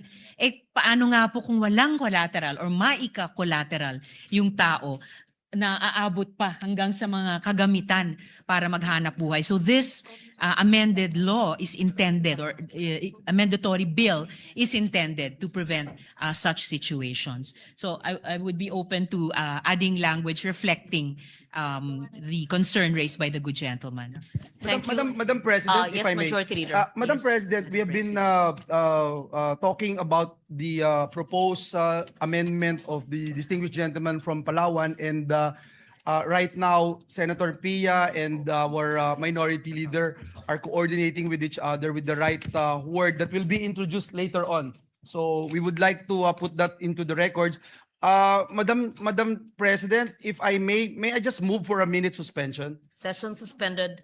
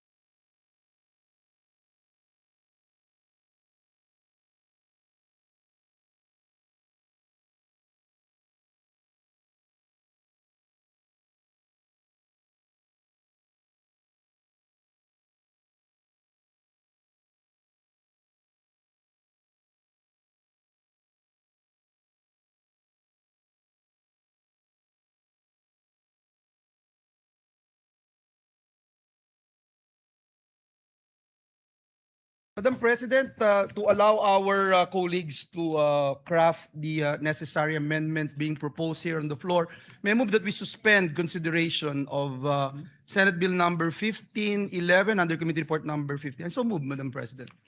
Any objections? Hearing none. The period of amendments on the measure is suspended. Thank you, Madam President. Madam President, with the consent of the body, I move that we transfer from the calendar for ordinary business to the calendar for special orders, House Bill number 6639 under Committee Report number 61, and House Bill number 6644 under Committee Report number 62. These are bills granting Philippine citizenships. I so move, Madam President. Any objection? Hearing none. Motion is approved. Madam President, I move that we consider the aforementioned House bills. I so move, Madam President.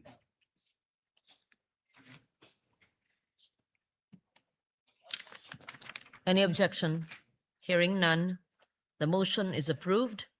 Secretary, please read into the record the title of the bills without prejudice to inserting into the record the whole text thereof. House Bill number 6639, an act granting Philippine citizenship to Benny Francois Boatwright III. House Bill number 6644, an act granting Philippine citizenship to Matthew James Ramos.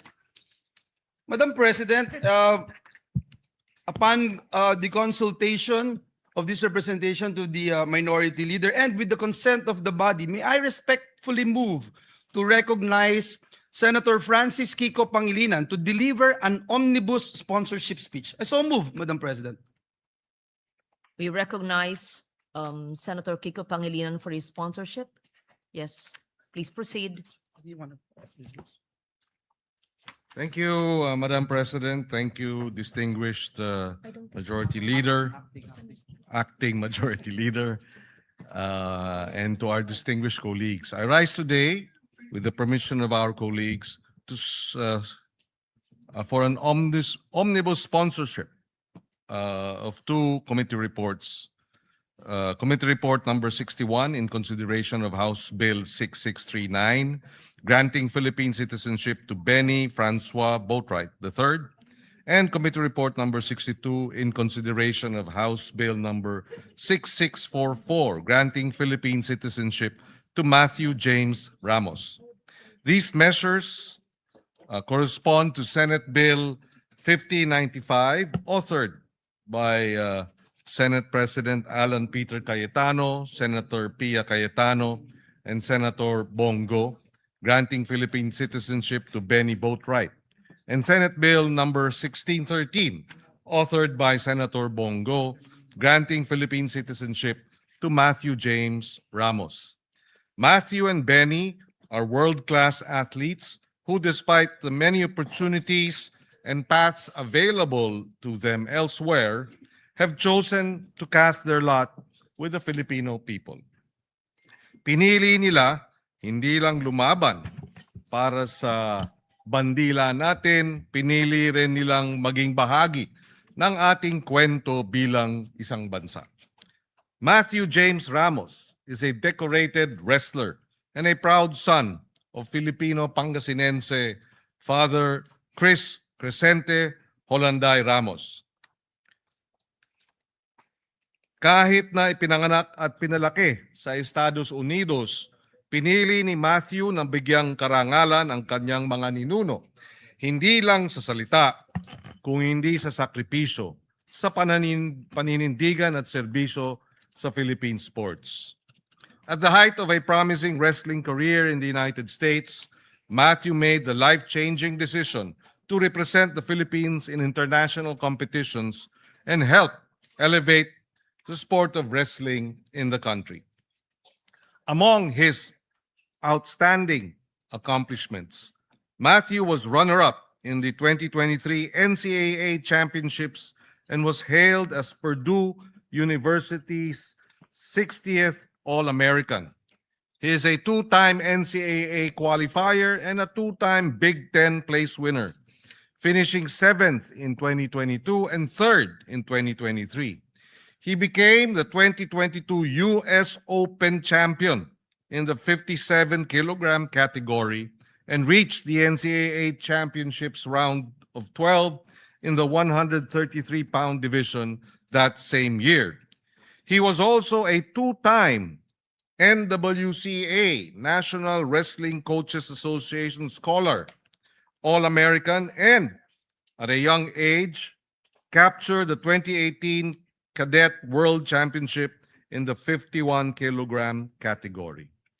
He was ranked among the top wrestling recruits in the United States by Flow Wrestling, Intermat, and the Open Mat. Yet, despite these accolades and the many doors open to him in America, Matthew Ramos chose the Philippines. He embraced not only our food, from adobo to dinuguan and to balut. If you are able to eat balut, you are very, very Filipino in that sense. But also the deeper values that define us as a people. Respect for elders through po and opo. The importance of family. During the hearing, I think 6 or 7 or 8 of his family members and his fiancée or his girlfriend was there.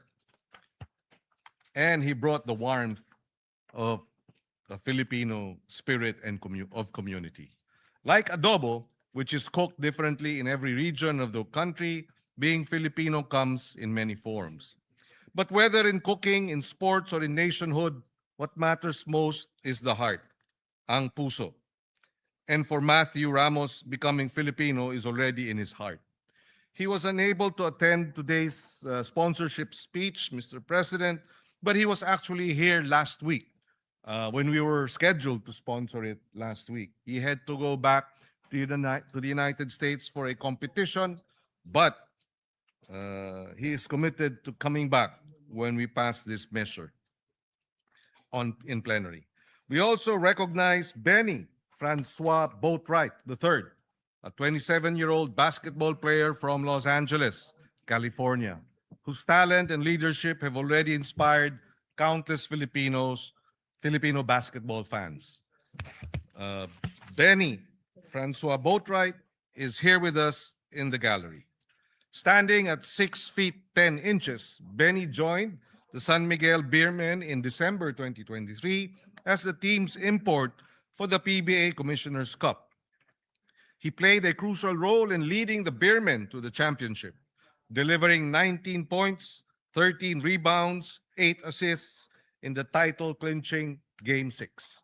But beyond his athletic ability, Benny understands something deeply familiar to Filipinos, that basketball is never about one person alone. It is about trust, sacrifice, and teamwork. That spirit mirrors our own Bayanihan tradition, the belief that people achieve greatness when they lift one another up. By embracing the Philippines and choosing to stand with Filipino athletes, Benny Boatwright strengthens not only our basketball program, but also our hopes of excelling on the international stage, defending our Asian Games title, and one day returning to the Olympics. In recognizing the sincere desire of Matthew James Ramos and Benny Francois Boatwright III to become Filipinos, these bills seek to honor not only their achievements as athletes, but also their genuine commitment to our flag, our people, our culture, and our nation. For citizenship is not defined solely by jus soli, meaning right by birthplace, or jus sanguinis, meaning right by blood.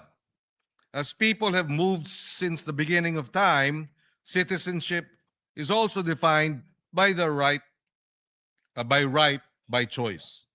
Citizenship is also defined by choosing to carry the Philippine flag with pride and honor before the world. Mabuhay ang pinipili ang Pilipinas. Mabuhay ang nagmamahal sa Pilipinas. Mabuhay ang Pilipinas. May we request our colleagues, we urge them to support this measure and its immediate passing. Maraming salamat, Mr. President. Thank you, Senator Pangilinan. Majority Leader. Madam President, the gentleman from San Juan, Senator Jinggoy Estrada, would like to deliver his co-sponsorship speech. I move that he be recognized, Madam President. Senator Jinggoy Estrada is recognized. Thank you, Madam President. Madam President, distinguished colleagues, I'm honored to co-sponsor the bills granting Filipino citizenship to two remarkable athletes to it. House Bill number 6639 under Committee Report number 61, entitled An Act Granting Philippine Citizenship to Benny Francois Boatwright III, and House Bill number 6644 under Committee Report number 62, entitled An Act Granting Philippine Citizenship to Matthew James Ramos. The said bills are reported out by the Committee on Justice and Human Rights under the able leadership of its chairperson, Senator Francis Kiko Pangilinan, the best friend of Senator Robin Padilla. Mr. Benny Francois Boatwright III is a 29-year-old professional basketball player born in Los Angeles, California. He stands at 6 feet 10 inches. He has demonstrated an immediate and powerful impact upon joining the San Miguel Beermen in December 2023 for the PBA Commissioner's Cup. His exceptional skill and leadership were instrumental in leading the Beermen to the championship crown, securing the title after tallying 19 points, 13 rebounds, and 8 assists in the crucial Game 6. This performance quickly earned the admiration of Filipino fans. His naturalization will pave the way for him to play for the national basketball team, Gilas Pilipinas. His bid for naturalization is supported by the Samahang Basketball ng Pilipinas Executive Director Erica D. and Gilas team manager Alfrancis Chua. Another athlete applying for Philippine citizenship is Mr. Matthew James Ramos, a 25-year-old Filipino-American wrestler born in Naperville, Illinois. Matthew traces his Philippine roots from his father, Crisante Olanday Ramos, a resident of Barangay Poblacion, Basista, Pangasinan. He is the 2022 US Open champion and 2022 NCAA Championship Round of 12. Matthew has expressed his earnest intention to become a naturalized Filipino citizen in order to proudly represent the Philippines in international wrestling competitions. His desire to carry the Philippine flag on the global stage reflects not only his personal affinity for his Filipino roots, but also his commitment to contribute to the nation's sports development. Granting Filipino citizenship to Benny Boatwright and James Matthew Ramos serves as a recognition of their dedication, exemplary talent, and earnest desire to represent the Philippines in international competitions. As a staunch advocate of basketball and sports in general, this representation has been continuously supporting measures that will improve the conditions of Filipino athletes and to make them globally competitive dahil sama-sama tayong nangangarap na makita ang Philippine sports, basketball man o wrestling, na umangat sa buong mundo. With this, Madam President, this representation supports the granting of Philippine citizenship to both Benny Francois Boatwright III and Matthew James Ramos. Thank you, Madam President. Thank you, Senator Jinggoy Estrada, Majority Leader.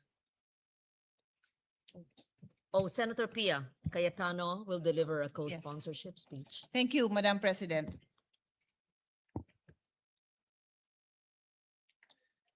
Madam President, I rise to co-sponsor House Bill number 6639 under Committee Report number 61, granting Philippine citizenship to Benny Francois Boatwright III, and House Bill number 6644 under Committee Report number 62, granting Philippine citizenship to Matthew James Ramos. For Benny Francois Boatwright, as the primary author of Senate Bill number 1595, the Samahang Basketball ng Pilipinas, SBP, requested this representation to file this bill as it is a crucial step toward further strengthening our national basketball program. Since joining the San Miguel Beermen in December 2023, Boatwright has proven to be more than just a talented player. His impact and presence on the court was deeply felt by Filipino fans.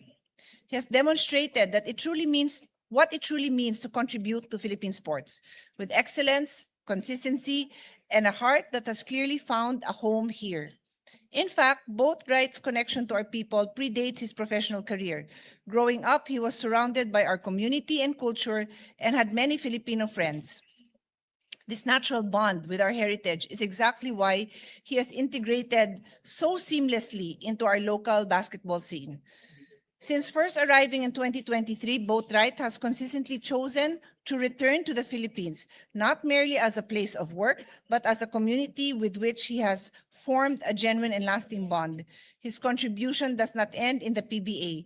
If naturalized, he will play for Gilas, Pilipinas, in the Asian Games, the SEA Games, and in the 2028 Olympic qualifying cycle for the 2028 LA Olympics. Ultimately, Boatwright's value to this nation goes far beyond his performance on the court. His genuine love and affection for our people, our culture, and even our food is something that cannot be coached. For Matthew James Ramos, a 25-year-old Filipino-American elite wrestler who traced his heritage to his father, Crisente Holanday Ramos of Basista, Pangasinan, he intended to become a naturalized citizen to officially represent the Philippines in international combat sports competition, being supported by the Wrestling Association of the Philippines. Ramos holds an exceptional athletic record, highlighted by being crowned the 2018 Cadet World Champion, winning the 2022 U.S. Open Championships, and finishing as the 2023 National Collegiate Athletic Association, NCAA, national runner-up for Purdue University, where he earned All-American honors. Demonstrating a rare balance of athletic and academic rigor, he maintained his standing as a two-time National Wrestling Coaches Association Scholar, All-American, and was recognized as one of the 2024 Outstanding Seniors by Purdue's College of Health and Human Sciences. Crucially, he brings this elite coaching expertise back home, committing to train, mentor, and uplift local Filipino wrestlers. His naturalization promises to elevate the Philippines on the global wrestling stage and serve as a powerful inspiration to the Filipino youth. In closing, granting citizenship to Boatwright and Ramos, who have both demonstrated excellence and commitment to the Philippines, is a recognition of the value they bring to our collective aspirations. I've always believed that sports is more than just a game. It is a platform. It is a platform for our youth to see what excellence looks like in action. Being an athlete has taught me important life values such as discipline, teamwork, time management, and commitment, all of which I use to this day. These are the same standards we now set forth for Boatwright and Ramos as they prepare to raise the Philippine flag. I ask for your support, my dear colleagues. Thank you, Madam President. Thank you, Senator Pia Cayetano. For another co-sponsorship speech, we recognize Senator Bongo. Mr. President, esteemed colleagues, as one of the authors of the bills in consideration, I rise today to co-sponsor the measures granting Philippine citizenship to Mr. Benny Boatwright III and Mr. Matthew James Ramos. At the outset, allow me to express my full support for these measures and thank the sponsor, Senator Kiko Pangilinan, for prioritizing these measures. The grant of Philippine citizenship through is a power recognized under our Constitution and exercised by Congress in favor of individuals who have shown not only merit and competence, but also a sincere commitment to serve the Filipino nation.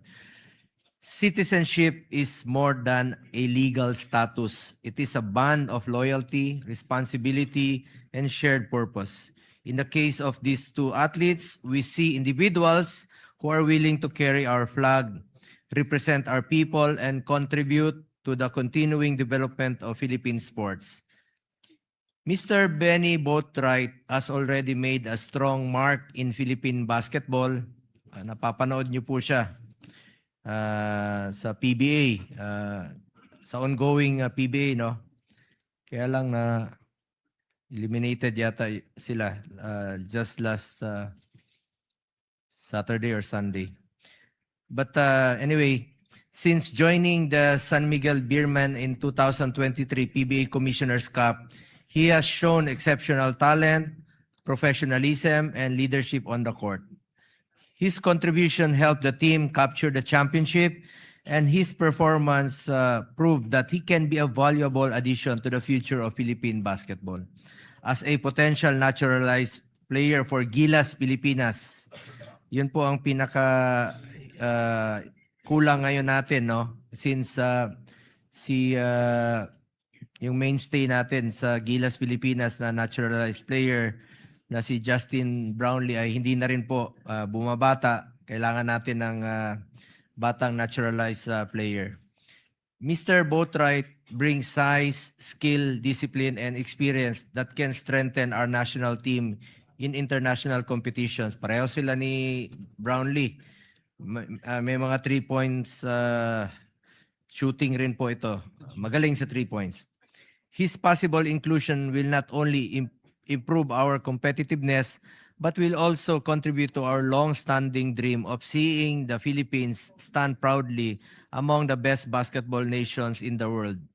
Lalong-lalo na po ngayon na napanalunan po natin ang first ever gold since 1962.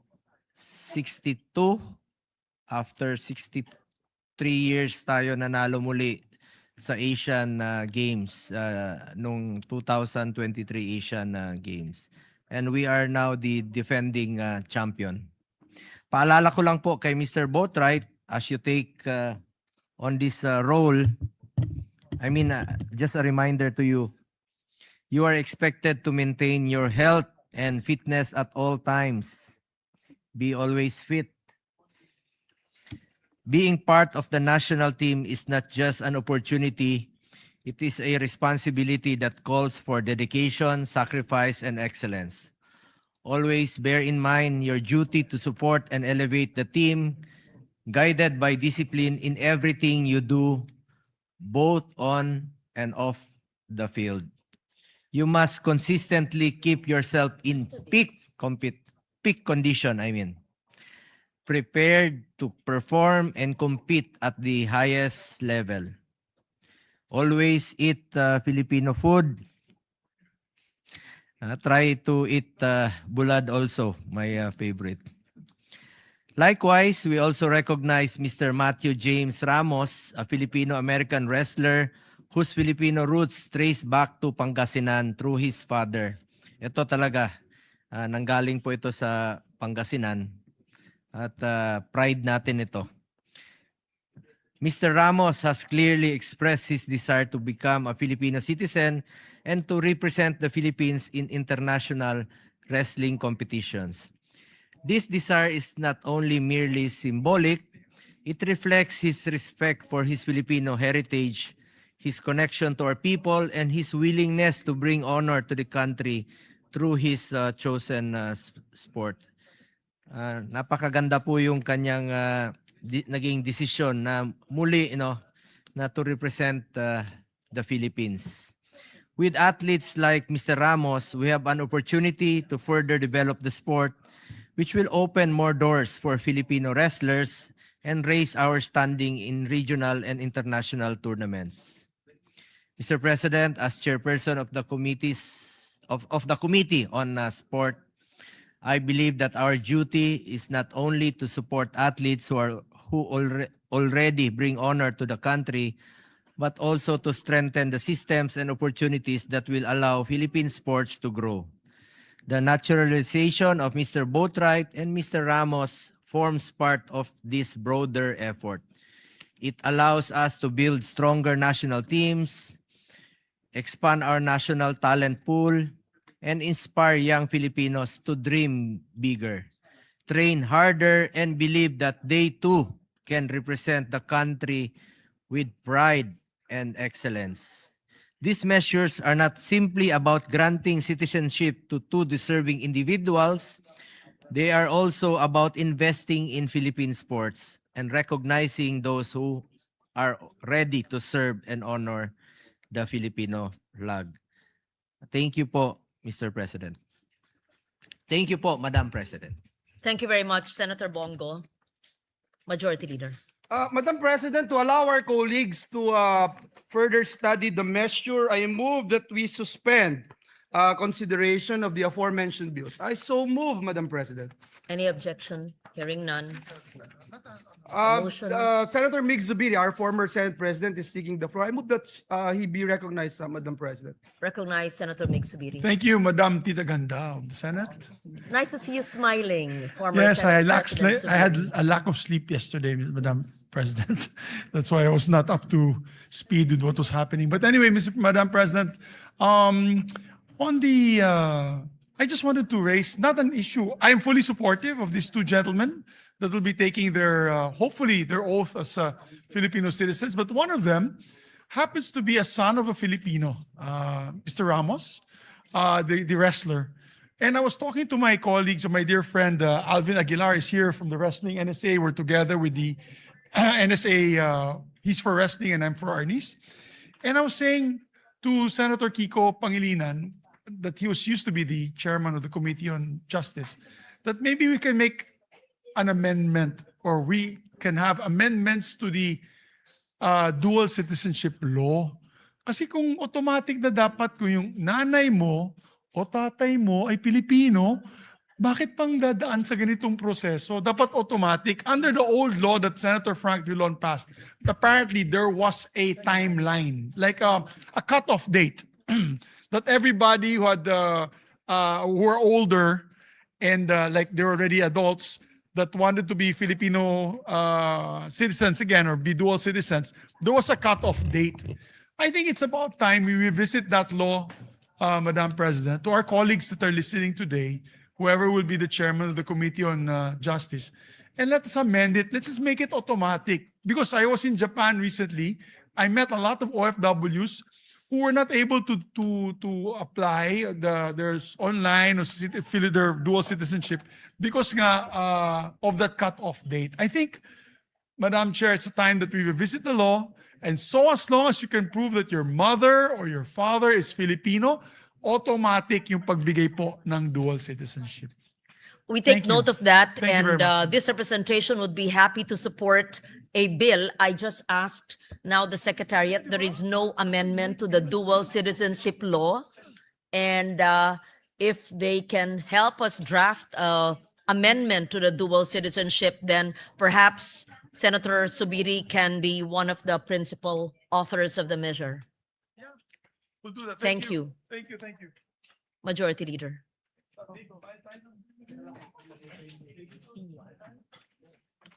Yes, Madam President, may I move again to consider Senate Bill number 1511 under Committee Report number 15, and this is the bill strengthening the protection of patients against hospital detention. So move, Madam President. Have we, you've moved already for the. I did, Madam Yes, President. and the motion was approved. Yes. Yes. Already approved that Now we we revert suspend back consideration. and Yes. recognize Senator Ontiveros, the sponsor of the measure. May we recognize again the Salamat We po, Madam recognize President. Senator Ontiveros.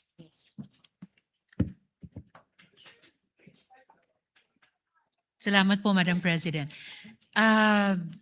If I may, Madam President, pending confirmation from the gentlewoman from Taguigan Pateros, if my proposed formulation of the questions she raised and about which she will formulate an amendment is already acceptable to her, may I seek the permission of Yes. Madam President to proceed with the amendments of Senator Gatchalian? Please proceed. We Thank you. recognize Senator Pia Cayetano as well. All right, Madam President. Yes, Madam President, dear sponsor, on page 2, between line 18 and 19, the amendments which included this representation's amendment to the amendment to include patient, relative, representative, caregiver, and new caregiver is accepted, except that some words are plural and some words are singular.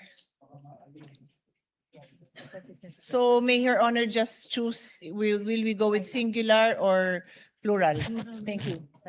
So subject We to will style. go with Approved, plural, subject Madam to style. President, and subject to style, Madam President. So thank you, Madam President. Senator Cayetano is done with her amendments. Yes. Uh, all right. I will read the whole text, Madam President, as amended. Okay. So if I may proceed, Madam President. We, session suspended. Yes, Madam Yes, President. minute suspension.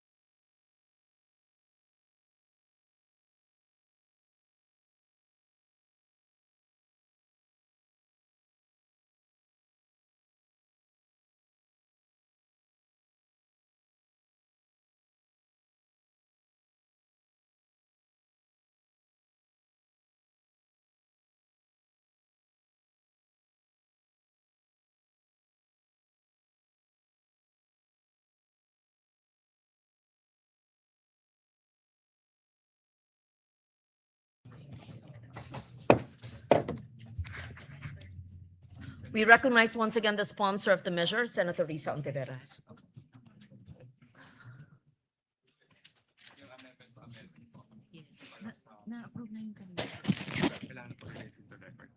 Ito.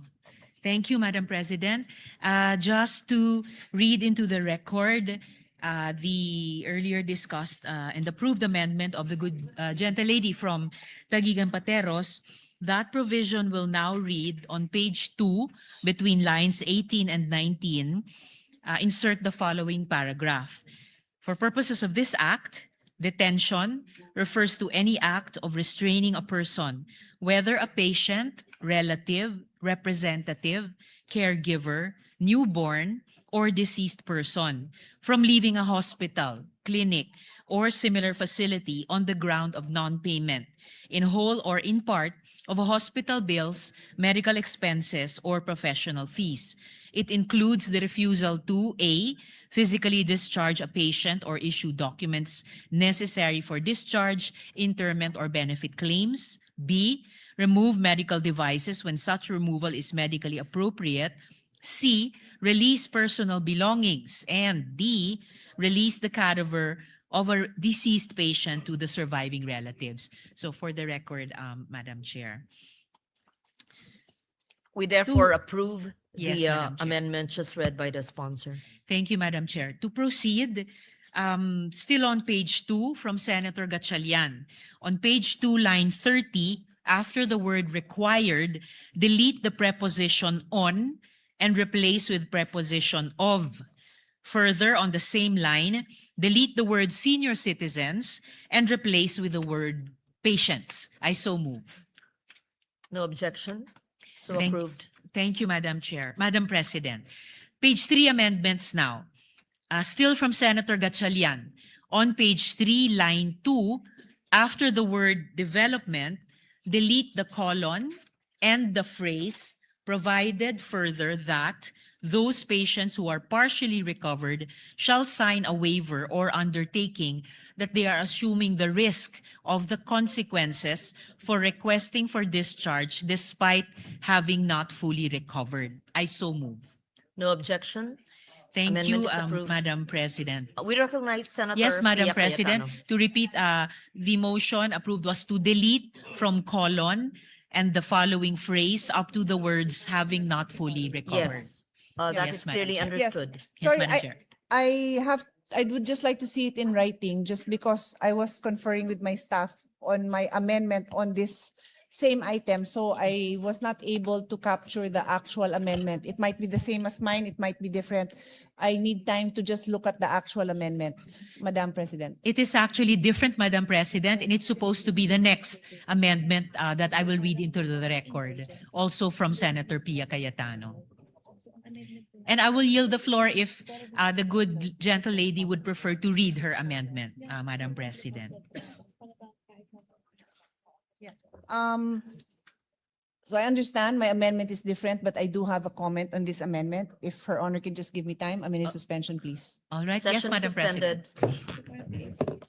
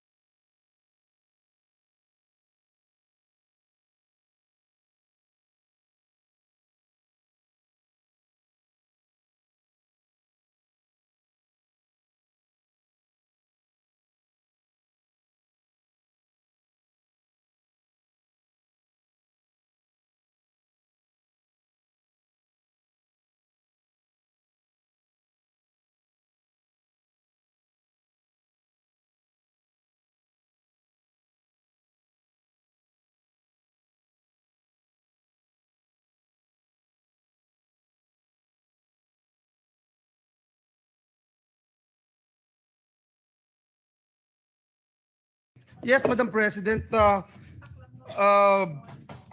As agreed upon by our minority leader and the members present here today in this plenary. May I just respectfully move that we suspend consideration of Senate Bill number 1511 under Committee Report number 15 with the commitment that this will be tackled first as first item tomorrow, Madam President. I so move, Madam President. No objection? Hearing none. The consideration of the measure is hereby suspended until tomorrow. Thank you, Madam President.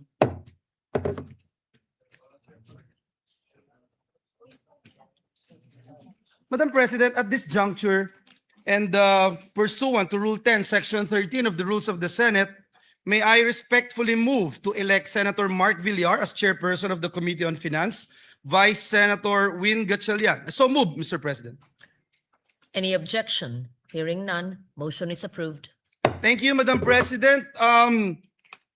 Madam President, I move that we adjourn the session until 3 o'clock in the afternoon of Wednesday, May 20, 2026. So move. Any objection? Hearing none, session is adjourned until 3 o'clock in the afternoon of Wednesday, May 20, 2026.